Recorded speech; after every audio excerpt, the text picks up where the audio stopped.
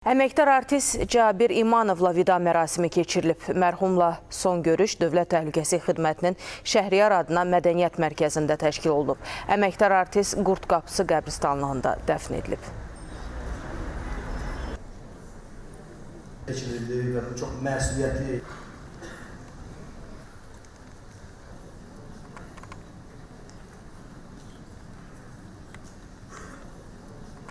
Onun vəfatı çox gözlənilməz oldu, hamımız üçün böyük kədər oldu. Mən onun ailəsinə, doğmalarına, yaxınlarına, Tahir qardaşımıza səbr diləyirəm.